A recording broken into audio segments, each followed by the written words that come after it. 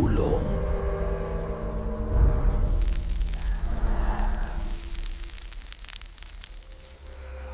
Magandang gabi sa lahat ng nakikinig. Si Mark Anthony, 27 years old. Nagtatrabaho bilang call center agent sa night shift. Nakatira siya sa isang maliit na apartment kasama ang kanyang nakababatang kapatid. 3 taon na raw ang nakakalipas mula nang mawala ang kanyang ina. At ayon sa kanya, dito raw nagsimula ang lahat. Magandang gabi po.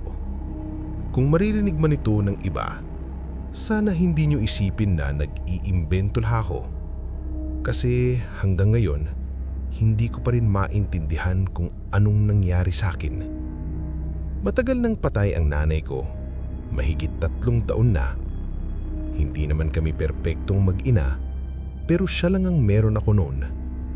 At ang huling alaala ko sa kanya, hindi masyadong maganda. Nag-away kami noon, hindi kami nagkaayos, at iyon ang huli. Simula noon, hindi ko na siya nakausap, hindi ko na rin narinig ang boses niya. Hanggang isang gabi, bandang 11:00, kagigising ko lang mula sa tulog bago ang shift ko. Nagche-check lang ako ng phone ko. Biglang may pumasok na message. Unknown number. Akala ko spam lang, pero nang mabasa ko, parang tumigil ang mundo ko. Anak, kumain ka na ba? Ganun magsalita ang nanay ko. Eksaktong ganun. Hindi siya gumagamit ng shortcut. Hindi siya mahilig sa emoji. Diretso lang. Simple. Anak. Matagal ko nang hindi nababasa yun. Tinignan ko ang number. Hindi nakasave, pero parang kilala ko. Parang hindi bago. Kinuha ko yung lumang phone ng nanay ko, yung hindi ko na ginagamit. Chinek ko ang contacts at dun ako tuluyang kinabahan. Parehong number. Hindi ko alam kung paano. Hindi ko alam kung bakit. Hindi ko yun sinagot. Natakot ako. Pero ilang minuto lang, may sumunod na message. Hindi ka pa rin kumakain. Alam ko. Doon na ako kinilabutan. Kasi tama siya. Hindi pa ako kumakain. Mag-isa lang ako sa kwarto.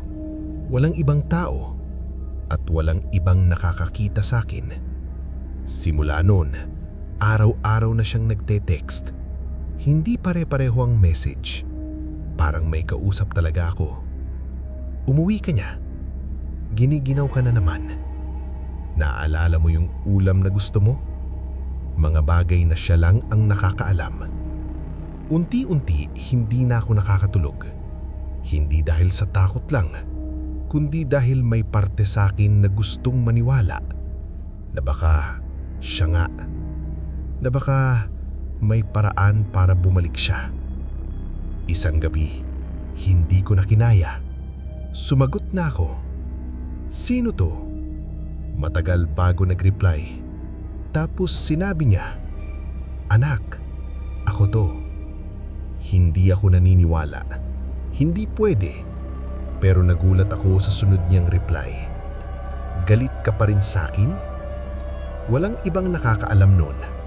Walang ibang nakakaalam na hindi kami nagkaayos ni Mama. At doon ako tuluyang natakot.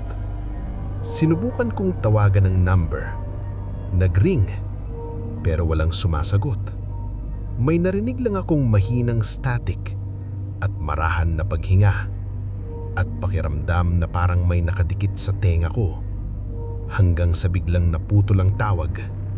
Tapos may message agad na, hindi mo na kailangang tumawag. Nandito lang ako.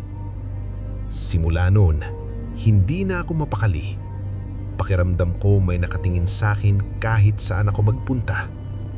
Isang gabi, nag-text siya ulit. Lumabas ka? Hindi ko yun pinansin. Pero tumunog ulit ang phone ko. Nasa labas ako. Message ulit nito. Napatingin ako sa bintana at nakita kong bukas ang gate. Nagtaka ako dahil hindi ko yun binuksan. Sigurado ako. Kinabukasan, pinilit ako ng kapatid ko na magpatingin. Hindi sa doktor, kundi sa isang matandang albularyo. Dinala ko ang phone ko. Pinakita ko ang messages. Tahimik lang siya habang binabasa yung messages. Pagkatapos sinabi niya na, hindi yun nanay mo. Alam ko na yun, pero iba pa rin kapag may ibang sumasabi. Parang sinampal ako bigla ng katotohanan. Sabi niya, may nakakabit daw sa number at hindi raw ito naghahanap ng kausap, kundi ng matitirhan. Sinabi sa akin na huwag ko na raw sasagutin kahit kailan, kahit anong mangyari, kahit tawagin pa niya ako. Kasi kapag sumagot daw ako, baka hindi na siya sa phone manatili. Simula noon, sinunod ko ang sabi ng albularyo. Hindi ko na siya nireplyan. Hindi ko na binasa ang messages. At unti-unti, tumigil ang mga text. Nawala at tahimik na ulit. Akala ko tapos na. Hanggang 1 linggo matapos yun, nag-vibrate ulit ang phone ko. Parehong number yun. Hindi ko na binuksan. Pero nakita ko ang preview.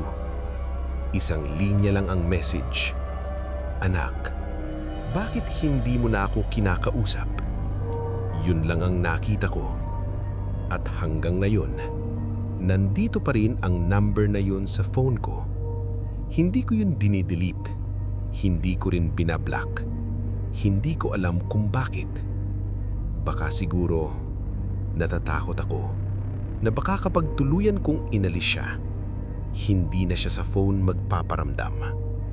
At baka sa susunod, hindi na text ang matanggap ko, kundi katok.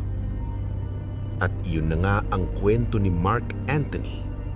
Kung totoo man o hindi, iisa lang ang malinaw. May mga bagay na hindi dapat sinasagot, lalo na kung alam mong hindi na dapat silang bumabalik. Mag-ingat sa mga mensaheng natatanggap ninyo, lalo na kung galing sa mga numerong kilala nyo na dati. Magandang gabi at salamat sa panonood.